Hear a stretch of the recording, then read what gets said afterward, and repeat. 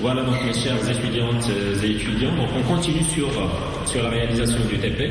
Donc nous avons vu l'ensemble des fonctions qui permettent de faire la création, l'affichage, l'insertion et la suppression. Donc maintenant nous allons enchaîner sur le même exercice. Et maintenant donc, nous sommes dans une fonction qui permet de rechercher un étudiant. Donc nous avons une liste qui contient des étudiants et on veut chercher un étudiant particulier pour y faire des opérations, soit calculer sa moyenne, soit afficher ces informations, soit le supprimer. Bien, ça dépend de ce qu'on veut, ça dépend de ce qu'on veut et ce qu'on veut, est-ce que nous l'avons implémenté ou non. Comme j'ai dit donc à la fin de la séance, à la fin de la dernière séance, c'est que la suppression, on peut utiliser une fonction de recherche, d'accord, qui permet de rechercher l'élément. S'il existe dans la liste, on le supprime. S'il n'existe pas, on dit qu'il n'existe pas, d'accord. Mais ceci, donc, je l'ai fait avec le truc. Une fois je parcours toute la liste, je ne le trouve pas, donc j'affiche un message d'échec. Donc maintenant, nous allons voir la fonction qui permet de rechercher. Donc je recherche un étudiant et je le retourne, d'accord. Donc voilà. Donc ici, pour la fonction, elle doit prendre en considération les paramètres suivants. Donc, quelle est la liste dans laquelle je veux faire la recherche, et aussi quel est l'étudiant que je cherche. Donc, je dois saisir aussi le numéro d'un projet. Il y en a ceux qui vont choisir de le mettre à l'intérieur de la fonction en demandant à l'utilisateur de le saisir. Donc, moi, je préférais donc ceci. C'est le même principe. L'essentiel ici, c'est qu'on apprenne comment faire le parcours de tous les éléments pour la recherche. Donc, ici, bien évidemment, il y a deux tests. Si la liste est vide, il n'y a rien à chercher, c'est logique, d'accord. Mais dans l'autre cas, c'est que si la liste n'est pas vide, il y en a des éléments. Donc, ici, les déclarations, je les fais après, parce que si elle est vide, donc c'est pas la peine de faire la déclaration. Donc, ici, c'est pour l'optimisation un peu. Donc, ici, je déclare une variable B. Cette variable va changer si je le trouve, d'accord. Si je ne le trouve pas, donc je change pas. Au début, B c'est égal à 0. D'accord. Donc, je déclare toujours un pointeur qui va copier la dette pour qu'il puisse faire le déplacement tout en maintenant la dette telle qu'elle est. Donc ici, je fais une boucle. C'est comme dans le cas de l'affichage. Je dois utiliser le P et son suivant, et je dois parcourir tous les éléments jusqu'à ce que j'arrive à nul. D'accord. Si au cours de ce parcours-là, j'ai rencontré la valeur qui a été saisie là, par exemple, l'utilisateur a saisi le numéro d'un projet, donc je cherche cet étudiant avec ce numéro d'un projet. Donc le programme, il va chercher, il va commencer par le premier. S'il coïncide avec celui-là, donc il le trouve, il sort. C'est pas la peine de continuer la boucle. C'est pourquoi je fais le break. Sinon, s'il ne trouve pas, il va passer à son suivant. Il va le comparer avec nul. C'est égal à nul, il sort. S'il n'est égal pas à nul, il doit refaire cette comparaison qui est là. D'accord. Une fois il va trouver l'élément dans la liste, il met B dans 1, il met 1 dans B plutôt. D'accord. Puis il sort. Break. D'accord. Donc ici je sors de la boucle. Une fois que je sors de la boucle, je teste la valeur de B. Est-ce que B reste toujours égal à 0, c'est-à-dire celui-là n'a jamais eu lieu? D'accord. À ce moment-là, je retourne nul. Parce que ici, j'ai mis le type de retour, c'est étudiant. Donc ici, c'est-à-dire qu'il n'y a pas d'étudiant. Il n'a pas été trouvé. D'accord. Else, c'est-à-dire que B s'est changé, c'est-à-dire est égal à 1. Donc ici c'est return P, retourner celui-là pour lequel nous avons trouvé le numéro d'un projet coïncide avec le code à projet qui a été passé dans les paramètres. D'accord. Et voilà, donc c'est pourquoi donc ici nous avons un type de retour qui est étudiant, et ici nous avons nous avons fait un return. D'accord. Donc ceci va nous servir, c'est une fonction qui est très très utilisée. D'accord. On peut l'utiliser dans maintes situations, comme j'ai dit au début. Maintenant, supposons que voilà, j'ai trouvé cet étudiant et je veux calculer sa moyenne. D'accord. Donc pour ceci, donc j'utilise la fonction suivante. Cette fonction-ci qui est simple. D'accord. Donc ici, parce que recherche apogée retourne soit nul, soit l'élément qui contient celui-là, si ce qui est retourné c'est nul, donc ici on ne peut pas calculer la moyenne d'un étudiant qui n'existe pas, c'est-à-dire que l'étudiant n'existe pas, donc c'est normal, on ne peut pas calculer sa moyenne. Else, c'est-à-dire dans l'autre cas, c'est-à-dire que ici elle retourne une valeur, c'est-à-dire que l'élément est trouvé. Donc ici je vais déclarer une variable E qui va recevoir le return de cette fonction recherchée. D'accord? Et ici, I, c'est pour les notes. D'accord? Donc, dans E, je mets le résultat de ça, le return de ça. Je dois préparer un emplacement qui va recevoir le return, comme si c'est quelqu'un retourne quelque chose et il doit être une réception de la part de quelque chose qui est du même type que le retour. Ça retourne un étudiant, et évidemment, c'est pourquoi nous avons déclaré E comme étant un étudiant. Donc ici, je vais utiliser deux variables doubles parce que les notes nous les avons déclarées comme étant doubles. Donc ça c'est pour stocker la somme, pour calculer la moyenne. D'accord? Donc ici, je calcule la somme des éléments. D'accord? Donc je peux faire directement ce truc, donc diviser par 3 et ne pas... donc ça dépend. Donc ici c'est uniquement pour simplifier, pour un peu avoir la vision claire. D'accord? Et dans moyenne, je vais diviser la dernière valeur de S, c'est-à-dire après avoir fait la somme de tous les éléments, d'accord, et je les divise par 3, c'est le nombre d'éléments que j'ai dans le nombre de notes, d'accord. Si bien évidemment je veux traiter le cas de 6 modules avec leurs 6 notes, donc je dois utiliser ici 6 et je dois utiliser ici, bien évidemment je dois diviser par 6, d'accord, et ici on va afficher la moyenne de cet étudiant. D'accord? Une fois j'appelle cette fonction-là, d'accord, il va m'afficher soit ceci, soit cela. Ça c'est un traitement qui est intermédiaire. D'accord? Donc ça ce sont des fonctions qui nous sont demandées dans l'exercice.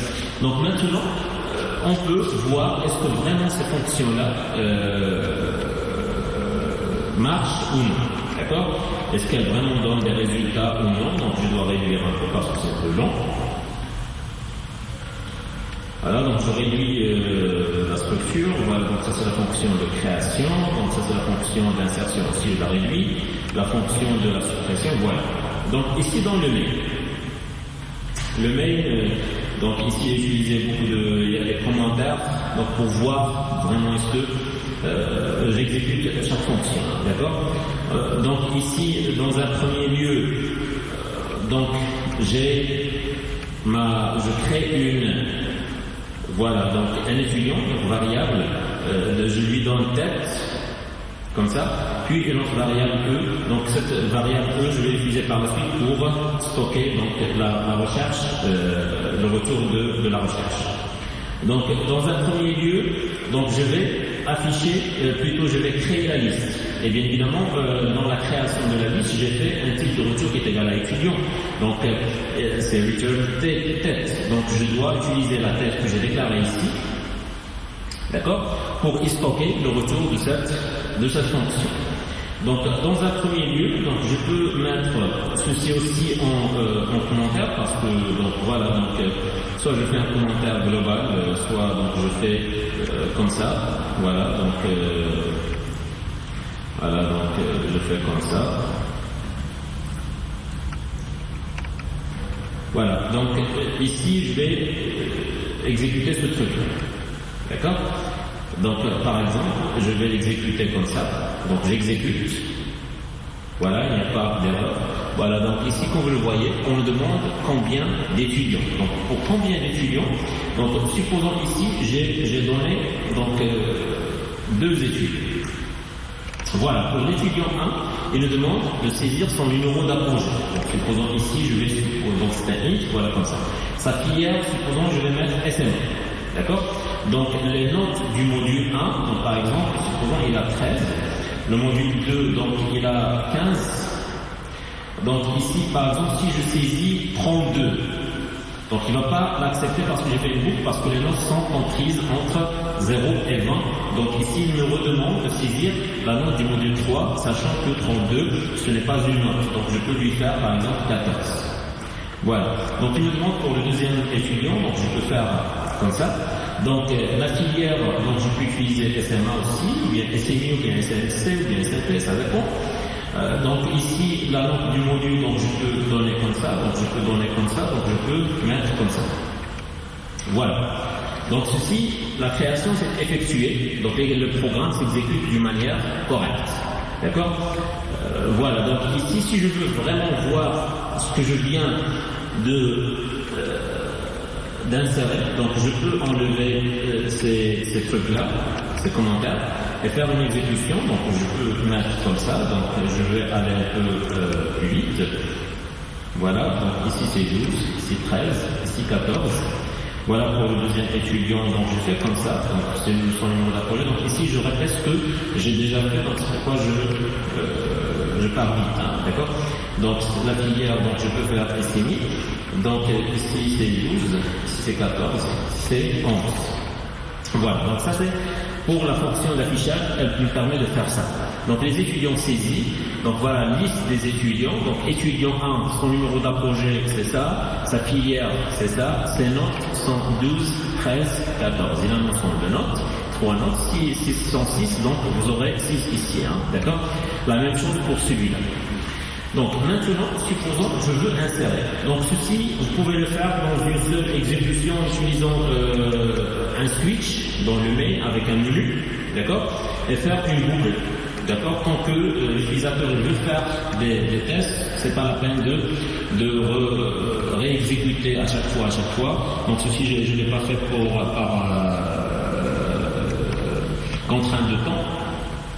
Voilà, donc ici. C'est très simple. Donc ici, par exemple, je vais faire donc un étude, d'accord. Donc ici, avant de faire cette exécution, je dois activer dans le mail le truc de l'insertion. Voilà. Donc ici, j'enlève les commentaires et je fais l'insertion. Puis ici, après insertion, je peux faire ce commentaire-là, d'accord. Voilà. Donc je vais afficher ça. Voilà, donc ici je vais faire un étudiant, je peux lui faire comme ça, je peux lui faire, voilà, donc ici, nous avons la liste, les étudiants saisis sont, voilà, nous avons saisi un seul élément et nous avons appelé la fonction d'insertion, donc on demande de saisir le numéro d'apogée de l'étudiant, donc je peux faire comme ça, donc la filière c'est MP, d'accord, voilà pour la note, donc je peux faire 11, je peux faire 13, je peux faire 17, d'accord. Et elle me demande où est-ce que je veux l'insérer, d'accord. J'ai devant moi la liste, j'ai un seul élément, donc soit je veux l'insérer devant le 111, ou bien je vais l'insérer après, donc je n'ai que deux positions. Si je veux l'insérer après, donc je peux mettre un numéro d'apogée qui n'existe pas, voilà. Vous voyez, donc elle est insérée comme étant un deuxième étudiant, voilà, parce que le numéro d'apogée qui est là n'existe pas. C'est le cas de, nous sommes arrivés à nul sans rencontrer 23 parmi les éléments de la liste. D'accord. Donc ici, ça c'est la suppression, d'accord, plutôt c'est l'insertion. Je peux faire la recherche. Donc ici pour la recherche, donc comme j'ai dit tout à l'heure, donc soit je passe donc la fonction que j'ai programmée à deux paramètres, donc c'est la liste, elle est reconnue par tête, et ici c'est le numéro d'apogée que je cherche, d'accord. Donc s'il y a donc cet élément là, donc c'est bien, sinon donc il va retourner quelque chose comme ça. Donc je peux prendre ceci et le mettre après l'insertion.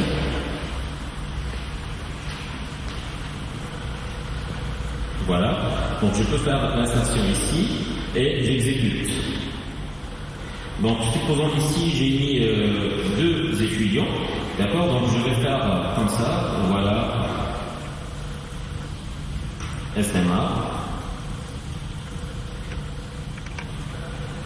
donc SMA aussi, voilà, donc plutôt pardon, je fais comme ça, je fais comme ça, je fais comme ça.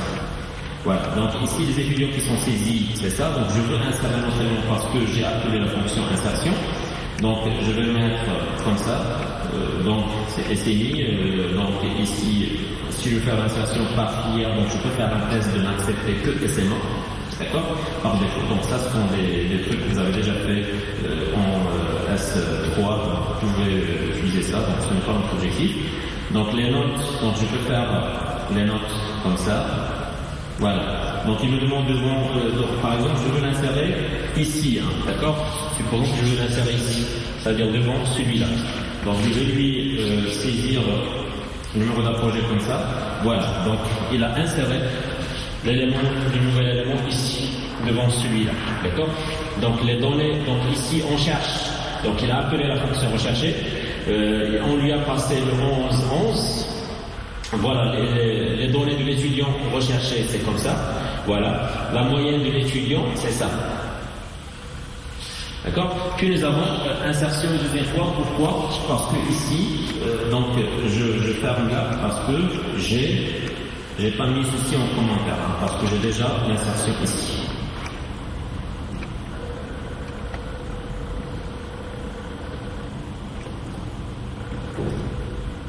Voilà.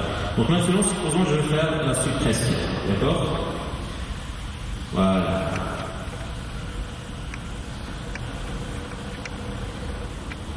Donc ici, je vais exécuter toutes les fonctions.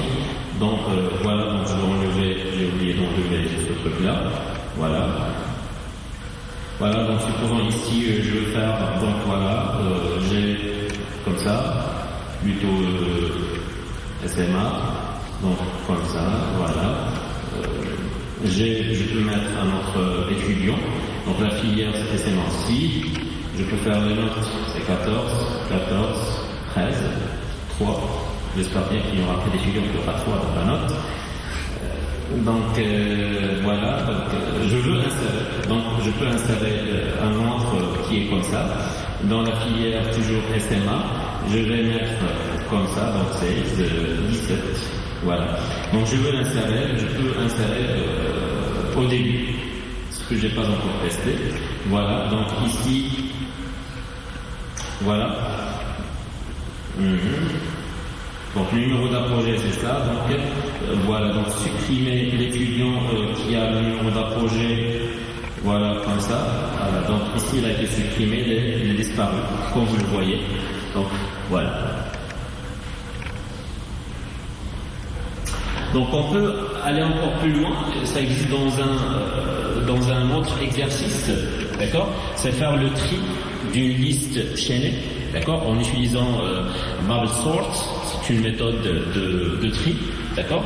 Qui utilise la permutation généralement. Donc ici, on peut même utiliser là, d'accord? Créer une autre liste chaînée ici, dans laquelle je vais stocker les moyennes de chaque étudiant. Une fois je calcule la moyenne de l'étudiant, donc je le stocke dans cette liste chaîne. Et vers la fin, faire le tri de cette liste pour récupérer le classement des étudiants. Ce n'est pas voilà, donc ce n'est pas un problème. Donc on peut utiliser, on peut exploiter ce truc-là comme sortie, la sortie de cet exercice-là ou bien de cette fonction qui est calcul moyenne, pour qu'elle sera comme paramètre de la fonction insertion dans une autre liste qui contient uniquement des int, d'accord? Voilà, donc généralement c'est ça. C'est ça la solution qui nous est demandée. Donc nous avons implémenté une application qui permet de gérer les étudiants, que ce soit l'insertion, que ce soit la suppression, que ce soit la recherche. Rechercher, on peut même modifier, d'accord? Il y a plusieurs opérations qu'on peut effectuer là-dessus. Donc j'ai choisi les opérations qui sont plus connues, plus utilisées, mais c'est le même principe, hein, d'accord? C'est le même principe. L'objectif, le principe, c'est quoi? J'ai ma liste. Je dois tout d'abord identifier la liste par sa tête et parcourir tous les éléments en utilisant soit un pointeur, soit deux pointeurs, ça dépend de ce que je veux, d'accord. Si je veux faire l'affichage, j'utilise un seul pointeur. Si je veux faire une insertion, bien une suppression, bien même une modification, si on veut, ou bien quelque chose comme ça, donc on doit utiliser deux pointeurs, comme nous avons vu dans les deux fonctions, insertion et suppression. J'espère bien que cet exercice soit utile pour vous et vous permet d'avoir des clarifications sur les notions des listes chaînées, et ça vous permet vraiment de consolider vos trucs sur vos connaissances sur les listes chaînées. Et merci pour votre attention.